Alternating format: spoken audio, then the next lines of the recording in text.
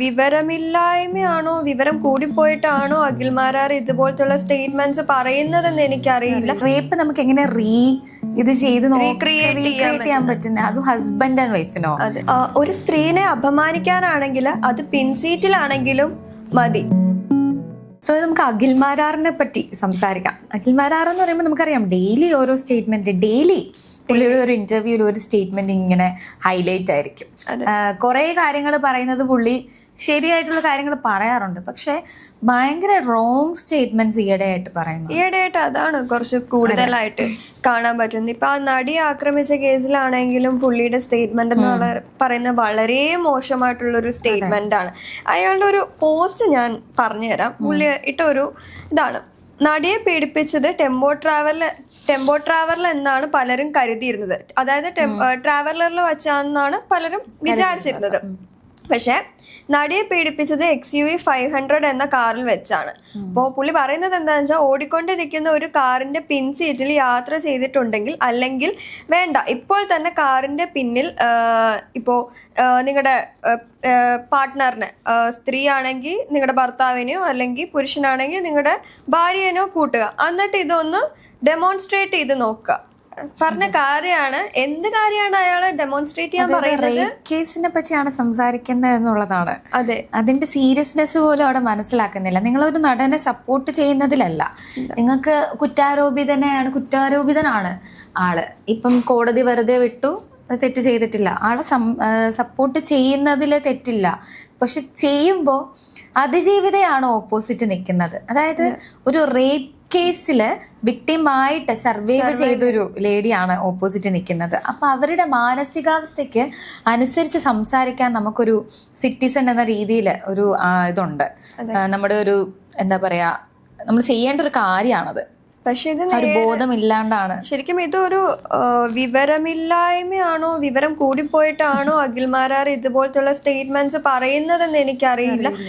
പറയുന്നത് ഡെമോൺസ്ട്രേറ്റ് ചെയ്യാൻ വേണ്ടിയിട്ടാണ്. അതായത് കാറിന്റെ പിൻസീറ്റിൽ ഇരുന്നിട്ട് നിങ്ങൾ ഇതൊന്ന് ഡെമോൺസ്ട്രേറ്റ് ചെയ്ത് നോക്കൂ, ഇതുപോലെ പറ്റുമോ ഇല്ലയോ എന്ന്. റേപ്പ് ഒക്കെ നമ്മൾക്ക് ഡെമോൺസ്ട്രേറ്റ് ചെയ്യാൻ പറ്റുന്നത്, അല്ലെങ്കിൽ റേപ്പ് നമുക്ക് എങ്ങനെ ഇത് ചെയ്ത് റീക്രിയേറ്റ് ചെയ്യാൻ പറ്റുന്നത്? അതും ഹസ്ബൻഡ് ആൻഡ് വൈഫിനോ?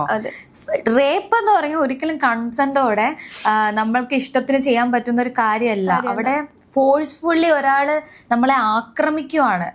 അത് എങ്ങനെയാണ് ഒരു ഭാര്യയും ഭർത്താവും ചെയ്തു നോക്കുന്നത്? അല്ല, അത് മാത്രമല്ല, ഈ ഒരു പറയുന്ന ഒരു കാര്യം ഒരിക്കലും നമുക്ക് സപ്പോർട്ട് ചെയ്യാൻ പറ്റുന്ന ഒരു കാര്യം മാത്രമല്ല. കാരണം അത് മാത്രമല്ല, നമുക്കിപ്പോൾ നമ്മുടെ റിപ്പോർട്ട്സ് എടുത്ത് നോക്കുകയാണെങ്കിൽ 2019 കുറെ ഇതുപോലെയുള്ള കേസസ് ഉണ്ടായിട്ടുണ്ട്. ലൈക്ക് ഓടിക്കൊണ്ടിരിക്കുന്ന കാറിൽ വെച്ച് പീഡിപ്പിച്ച കേസസ് ഇഷ്ടം പോലെ ഉണ്ടായിട്ടുണ്ട്.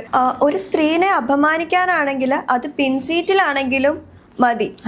ഇപ്പോ അഖിൽമാരാരുടെ ശ്രദ്ധയിലേക്ക് ഒരു കാര്യം പറയാം. അതായത് 2013 മുംബൈയിലും ഇതുപോലത്തെ ഒരു കേസുകൾ ഉണ്ടായിട്ടുണ്ട്. ട്രാവൽ ചെയ്തുകൊണ്ടിരിക്കുന്ന സമയത്ത് വണ്ടിയിൽ വെച്ചിട്ടുള്ള പീഡനങ്ങളും കാര്യങ്ങളും ഉണ്ടായിട്ടുണ്ട്. 2016 ഡൽഹിയിൽ ഉണ്ടായിട്ടുണ്ട് കാർ റേപ്പ് കേസ് എന്ന് പറഞ്ഞിട്ട് ഒരു കേസ് ഉണ്ടായിട്ടുണ്ട്. പിന്നെ 2018 ഛത്തീസ്ഗഡിലും ഈ ഒരു കേസ് ഉണ്ടായിട്ടുണ്ട്. പിന്നെ 2022 ഹൈദരാബാദിലും ഇതുപോലത്തെ ഉള്ള ഒരു കേസസ് റിപ്പോർട്ട് ചെയ്തിട്ടുണ്ട്. അപ്പോ ഒരാളെ അപമാനിക്കാനാണെങ്കിൽ അത് ഒരു കാറിന്റെ പിൻസീറ്റ് ആണെങ്കിലും ഫ്രണ്ട് സീറ്റ് ആണെങ്കിലും ധാരാളം മതി. അതിന് ഒരു വിശാലമായിട്ടുള്ള സ്ഥലമൊന്നും വേണമെന്നില്ല. ഇതുപോലത്തെ ആൾക്കാർക്ക് എവിടെ ഇച്ചിരി ഒരു സ്ഥലം കിട്ടിയാൽ മതി. അത് ആക്രമണമാണ്, അല്ലാണ്ട് രണ്ടുപേര് സമ്മതത്തോടെ നടക്കുന്ന ഒരു കാര്യമല്ല. അങ്ങനെ ചെയ്യുമ്പോഴായിരിക്കും അവർക്ക് കുറച്ച് സ്പേസ് വേണമെന്നൊക്കെ തോന്നുന്നത്. പറയാൻ എങ്ങനെ തോന്നുന്നു എന്നുള്ളതാണ്. പിന്നെ പീഡനം എന്ന് പറഞ്ഞു കഴിഞ്ഞാൽ പെൻട്രേഷൻ മാത്രമല്ല പീഡനം എന്ന് പറയുന്നത്. ഒരു സ്ത്രീയെ വിവസ്ത്രയാക്കി അവിടെ ഫോട്ടോസ് ആണ് എടുത്തേക്കുന്നത്, അതും പീഡനമാണ്. ഇത് അദ്ദേഹം ഇതിനകത്ത് ചോദിച്ചിട്ടുണ്ട്, പീഡനം അവിടെ എങ്ങനെയാ പീഡനം നടന്നിരിക്കുന്നത്, എന്ത് തരം പീഡനമാണ് നടന്നിരിക്കുന്നതെന്ന്. ഈ ഒരു പെനട്രേഷൻ മാത്രമാണോ പീഡനം എന്ന് പറയുന്നത്? അതിന് മാത്രമാണോ പീഡനം എന്ന് കൺസിഡർ ചെയ്തിട്ടുള്ളത്? എനിക്കിത് മനസ്സിലാവുന്നില്ല. അഖിൽമാരാർ വന്ന് ഭയങ്കര നോളജ് കൂടി ഇങ്ങനെ ആയതാണോ എന്ന് അറിയത്തില്ല. എന്തായാലും എനിക്ക് ആദ്യം പറഞ്ഞ പോലെ തന്നെ പറയാനുള്ളത്, ഓപ്പോസിറ്റ് നിൽക്കുന്ന നടിയുടെ മാനസികാവസ്ഥ കൂടി നാട്ടുകാർ ചിന്തിക്കുക. അമിത ആരാധന അല്ലെങ്കിൽ അന്ധമായിട്ടുള്ള ആരാധന മാറ്റി നിർത്തുക. എന്നിട്ട് ന്യായം എന്താണെന്ന് നോക്കുക. അത് നിങ്ങളുടെ ഇഷ്ടമാണ്. അത് ന്യായം ഏതിൻ്റെ കൂടെ നിൽക്കണമെന്നുള്ളത് അതൊന്നും ഒരു പ്രശ്നമുള്ള കാര്യമല്ല. പക്ഷേ എന്താണെങ്കിലും ഇവിടെ ഒരു ശരിയുണ്ട്. അത് നടിയാണ്. ആ നടിയുടെ കൂടെ എന്ന് നിൽക്കേണ്ടത് നമ്മുടെ ഒരു കാരണം ആർക്കും പറ്റില്ല, അവരൊരു സർവൈവൽ ആണ്. അതെ, അവരുടെ ഭാഗത്ത് തെറ്റൊന്നും തന്നെ ഇല്ല, ശരിയേ ഉള്ളൂ. അപ്പൊ ആ ശരിയുടെ കൂടെ നമുക്ക് നിൽക്കണം. ബാക്കി നടന്റെ കാര്യം അത് ശരിയാണോ തെറ്റാണോ എന്ന് രണ്ട് സൈഡ് ഉണ്ട് എല്ലാവർക്കും. She's a role model for us. നമുക്ക് എല്ലാവർക്കും ഒരു റോൾ മോഡൽ ആയിട്ട് നിൽക്കാൻ പറ്റുന്ന ഒരു വ്യക്തിയാണ്. കാരണം അത്രയും സ്ട്രോങ് ആയിട്ട് അവര് പിന്നെയും തിരിച്ചു വരികയാണ്. നമ്മളെ എല്ലാരെ പോലെ ഓടി ഒളിക്കുകയല്ല അവര് ചെയ്യുന്നത്. ഇത്രയും സൈബർ ബുള്ളിങ്ങും ഒരുപാട് അറ്റാക്സ് നേരിട്ടിട്ട് പോലും അവര് സ്ട്രോങ് ആയിട്ട് അവര് മുന്നോട്ട് വന്നിട്ടേ ഉള്ളൂ.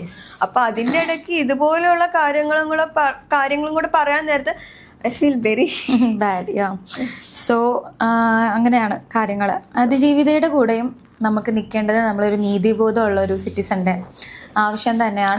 അതുപോലെ കടമയാണ്. അതേപോലെ തന്നെ നടന്റെ കൂടെ നിൽക്കണോ വേണ്ടയോ എന്നുള്ളത് രണ്ട് സൈഡാണ്. അത് ഓരോരുത്തർക്ക് എന്താണ് സത്യം ശരി എന്ത് തോന്നുന്നു അതുപോലെ നിങ്ങളുടെ പേഴ്സ്പെക്റ്റീവിൽ നിൽക്കാം. കാരണം ആളിപ്പം കുറ്റവിമുക്തനാണ്. അപ്പം അത് എന്താണോ ശരിയെന്ന് നിങ്ങൾക്ക് തോന്നുന്നു അതുപോലെ നിൽക്കാം. അതിൻ്റെ അർത്ഥം നടിയെ എതിർക്കുക എന്നുള്ളതല്ല. നടി നമുക്ക് എന്താ പറയുക, നമ്മുടെ ഓരോരുത്തരുടെയും കടമയാണ് അവരെ ഇനിയും മുന്നോട്ട് കൊണ്ടുവരിക എന്നുള്ളത്. So thank you.